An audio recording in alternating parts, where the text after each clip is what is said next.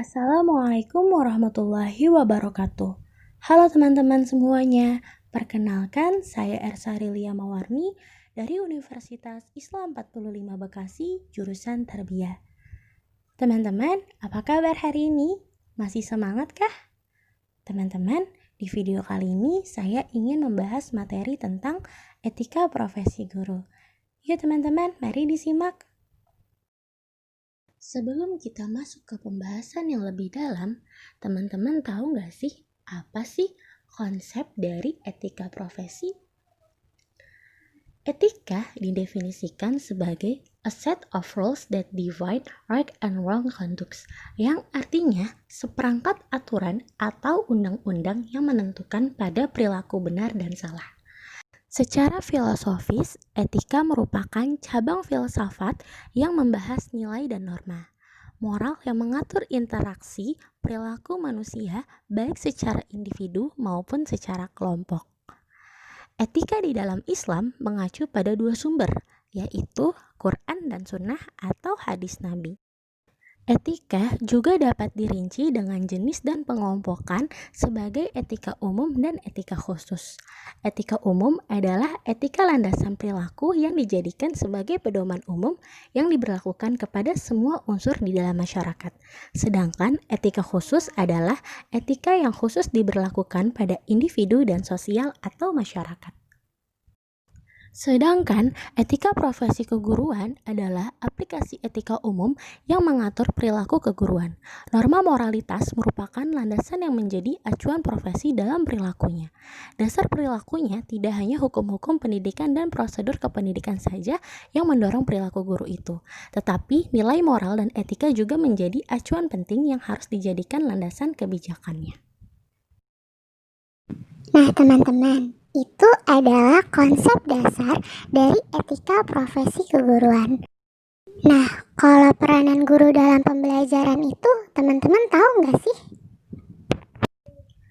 Dalam Undang-Undang Nomor 14 Tahun 2005 tentang Guru dan Dosen, Pasal 1 Ayat 1, guru adalah pendidik profesional dengan tugas utama mendidik, mengajar, membimbing, mengarahkan, melatih, menilai, dan mengevaluasi peserta didik pada pendidikan anak usia dini, jalur pendidikan formal, pendidikan dasar, dan pendidikan menengah.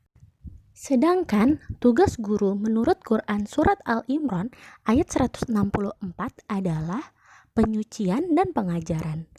Penyucian yakni pengembangan, pembersihan, dan pengangkatan jiwa kepada penciptanya, menjauhkan diri dari kejahatan dan menjaga diri agar tetap berada pada fitrahnya. Pengajaran yakni pengalihan berbagai pengetahuan dan akidah kepada akal dan hati kaum muslim agar mereka merealisasikannya dalam tingkah laku kehidupannya.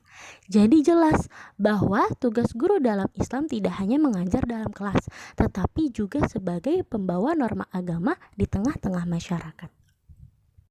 Teman-teman tahu nggak apa sih fungsi guru dalam proses pembelajaran itu? Nah, fungsi guru dalam proses pembelajaran itu sebagai manajer, fasilitator, moderator, motivator, dan evaluator. Guru juga harus mempunyai 3 kemampuan loh, yaitu kemampuan pribadi, kemampuan profesional, dan kemampuan sosial. Teman-teman, kita lanjut yuk ke makna profesi. Apa sih sebenarnya profesi itu? Apakah semua pekerjaan bisa dibilang profesi? Nah, profesi itu mengandung berbagai makna dan pengertian. Pertama, profesi itu menunjukkan dan mengungkapkan suatu kepercayaan, suatu keyakinan atas suatu kebenaran atau kredibilitas seseorang. Kedua, profesi itu dapat pula menunjukkan dan mengungkapkan suatu pekerjaan atau urusan tertentu. Webster New World Dictionary menunjukkan lebih lanjut bahwa profesi merupakan suatu pekerjaan yang menuntut pendidikan tinggi kepada pengembannya dalam liberal arts atau sains, dan biasanya meliputi pekerjaan mental dan bukan pekerjaan manual, seperti mengajar, keinsinyuran, mengarang, dan sebagainya, terutama kedokteran, hukum, dan teknologi. Teman-teman tahu nggak apa sih istilah-istilah yang berkaitan dengan profesi? Nah, profesi melibatkan beberapa istilah yang berkaitan, yaitu profesi, profesional, profesionalisme, profesionalisasi, dan profesionalitas. Nah, jadi jangan sampai ketuker ya teman-teman. Kira-kira apa saja ya syarat-syarat profesi itu? Nah, jadi ciri-ciri dan syarat-syarat profesi itu ada 8 loh teman-teman. Yang pertama, lebih mementingkan pelayanan kemanusiaan yang ideal dibandingkan dengan kepentingan pribadi. Kedua, seorang pekerja profesional secara aktif memerlukan waktu yang panjang untuk mempelajari konsep-konsep serta prinsip-prinsip pengetahuan khusus yang mendukung keahliannya. Ketiga, memiliki kualifikasi tertentu untuk memasuki profesi tersebut serta mampu mengikuti perkembangan dalam pertumbuhan jabatan. Keempat, memiliki kode etik yang mengatur keanggotaan, tingkah laku, sikap, dan cara kerja. Kelima, membutuhkan suatu kegiatan intelektual yang tinggi. Keenam, adanya organisasi yang dapat meningkatkan standar pelayanan, disiplin diri dalam profesi, serta kesejahteraan anggotanya. Ketujuh, memberikan kesempatan untuk kemajuan, spesialisasi, dan kemandirian. Dan yang terakhir, memandang profesi suatu karir hidup dan menjadi seorang anggota yang permanen. Nah, jadi gitu teman-teman syarat-syarat profesi. Tapi gimana ya menjadi guru yang profesional itu? Menjadi guru profesional tentunya tidak luput dari tugas dan tanggung jawab yang diembannya. Tapi apa saja sih yang menjadi tugas dan tanggung jawab guru dalam mengembangkan profesinya? Nah, jadi teman-teman, ada 6 tugas dan tanggung jawab guru dalam mengembangkan profesinya. Yang pertama, guru bertugas sebagai pengajar. Guru sebagai pengajar lebih menekankan kepada tugas dalam merencanakan dan melaksanakan pengajaran. Yang kedua, guru bertugas sebagai pembimbing. Tugas dan tanggung jawab guru sebagai pembimbing memberi bantuan kepada siswa dalam memecahkan masalah yang dihadapinya. Yang ketiga, guru bertugas sebagai administrator kelas. Tugas dan tanggung jawab sebagai administrator kelas pada hakikatnya merupakan jalinan antara ketatalaksanaan bidang pengajaran dan ketatalaksanaan pada umumnya. Yang keempat, guru bertugas sebagai pengembang kurikulum. Tanggung jawab mengembangkan kurikulum membawa implikasi bahwa guru dituntut untuk selalu mencari gagasan-gagasan baru, penyempurnaan praktek pendidikan, khususnya dalam praktek pengajaran. Guru bertugas untuk mengembangkan profesi. Tanggung jawab mengembangkan profesi pada dasarnya ialah tuntutan dan panggilan untuk selalu mencintai, menghargai, menjaga, dan meningkatkan tugas dan tanggung jawab profesinya. Dan yang keenam, guru bertugas untuk membina hubungan dengan masyarakat. Tanggung jawab dalam membina hubungan dengan masyarakat berarti guru harus dapat berperan menempatkan sekolah sebagai bagian integral dari masyarakat serta sekolah sebagai pembaharu masyarakat. Nah, jadi seperti itu teman-teman, tugas dan tanggung jawab guru dalam mengembangkan profesinya. Lalu, apa saja ya kompetensi yang harus dimiliki seorang guru?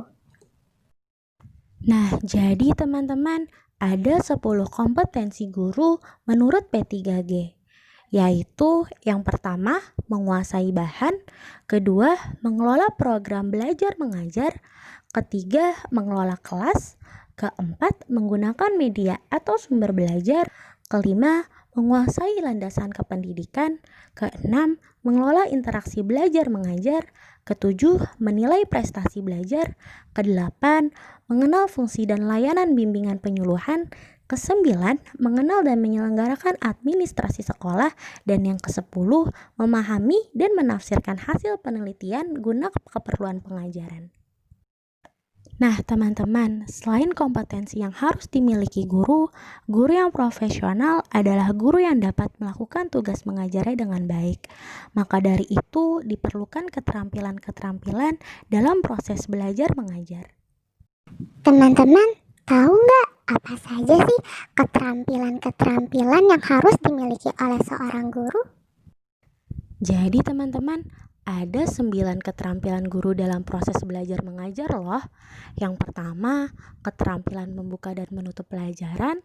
Kedua, keterampilan menjelaskan. Ketiga, keterampilan bertanya. Keempat, keterampilan memberi penguatan. Kelima, keterampilan menggunakan media pembelajaran. Keenam, keterampilan membimbing diskusi kelompok kecil. Ketujuh, keterampilan mengelola kelas. Kedelapan, keterampilan mengadakan variasi. Dan yang kesembilan, keterampilan mengajar perorangan dan kelompok kecil. Teman-teman, kita lanjut yuk ke kode etik profesi guru. Sebelum kita memasuki ke kode etik profesi guru, teman-teman ada yang tahu nggak sih apa itu kode etik? Nah, jadi teman-teman, secara harfiah, kode artinya aturan dan etik artinya kesopanan atau tata susila, atau hal-hal yang berhubungan dengan kesusilaan dalam mengerjakan suatu pekerjaan. Dengan demikian, kode etik keprofesian atau Professional Code of Ethics pada hakikatnya merupakan suatu sistem peraturan atau perangkat prinsip-prinsip keperilakuan yang telah diterima oleh kelompok orang-orang yang tergabung dalam himpunan organisasi keprofesian tertentu. Jadi gitu teman-teman, arti dari kode etik. Selanjutnya, apa saja sih kode etik profesi guru?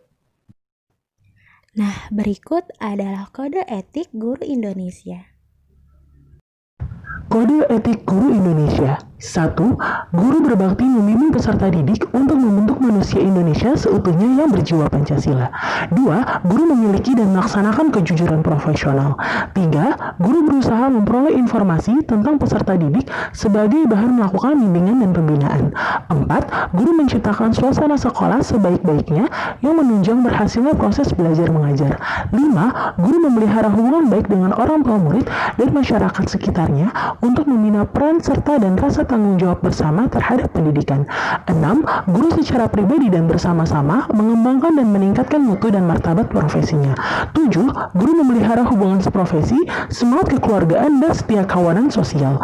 8. Guru secara bersama-sama memelihara dan meningkatkan mutu organisasi PGRI sebagai sarana perjuangan dan pengabdian. 9. Guru melaksanakan segala kebijaksanaan pemerintah dalam bidang pendidikan.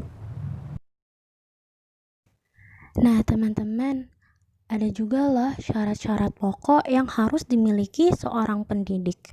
Yang pertama, syarat syakhsiyah atau memiliki kepribadian yang dapat diandalkan. Yang kedua, syarat ilmiah, memiliki ilmu pengetahuan yang mumpuni. Dan yang ketiga, syarat idhofiyah, mengetahui, menghayati, dan menyelami manusia yang dihadapinya, sehingga dapat menyatukan dirinya untuk membawa anak didik menuju tujuan yang ditetapkan. Nah, ketiga unsur tersebut harus menyatu dalam diri setiap guru, sehingga guru akan menjadi seorang yang mempunyai kepribadian khusus. Teman-teman, selain itu ada juga loh syarat profesionalisme guru dalam Islam. Yang pertama, sehat jasmani dan rohani. Kedua, bertakwa. Ketiga, berilmu pengetahuan yang luas. Keempat, berlaku adil. Kelima, berwibawa. Keenam, ikhlas. Yang ketujuh, mempunyai tujuan yang robani. Yang kedelapan, mampu merencanakan dan melaksanakan evaluasi. Dan yang kesembilan, menguasai bidang yang ditekuni. Teman-teman, kita lanjut yuk ke organisasi dalam bidang pendidikan. Kira-kira ada yang tahu nggak nih apa aja sih organisasi dalam bidang pendidikan? Nah, jadi teman-teman, dalam bidang pendidikan dapat ditemukan berbagai bentuk keorganisasian. Yang pertama, persatuan atau union, antara lain Persatuan Guru Republik Indonesia atau yang biasa kita sebut PGRI, Australian Education Union, Singapore Teacher Union, National Union of the Teaching Profession Malaysia, Japan Teachers Union. Yang kedua, federasi atau federation, antara lain All India Federation of Teachers Organizations, Bangladesh Teachers Federation, Federation of Elementary Education Teachers, Association of Thailand.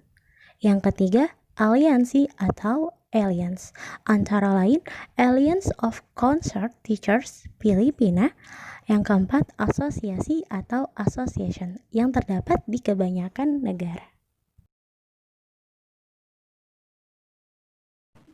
Nah, jadi seperti itu teman-teman penjelasan tentang etika profesi guru. Semoga kita semua bisa menjadi guru yang profesional, guru yang bermanfaat dunia dan akhirat, dan guru yang bisa mencerdaskan kehidupan bangsa. Cukup sekian teman-teman penjelasan saya kali ini. Terima kasih semuanya. Assalamualaikum warahmatullahi wabarakatuh.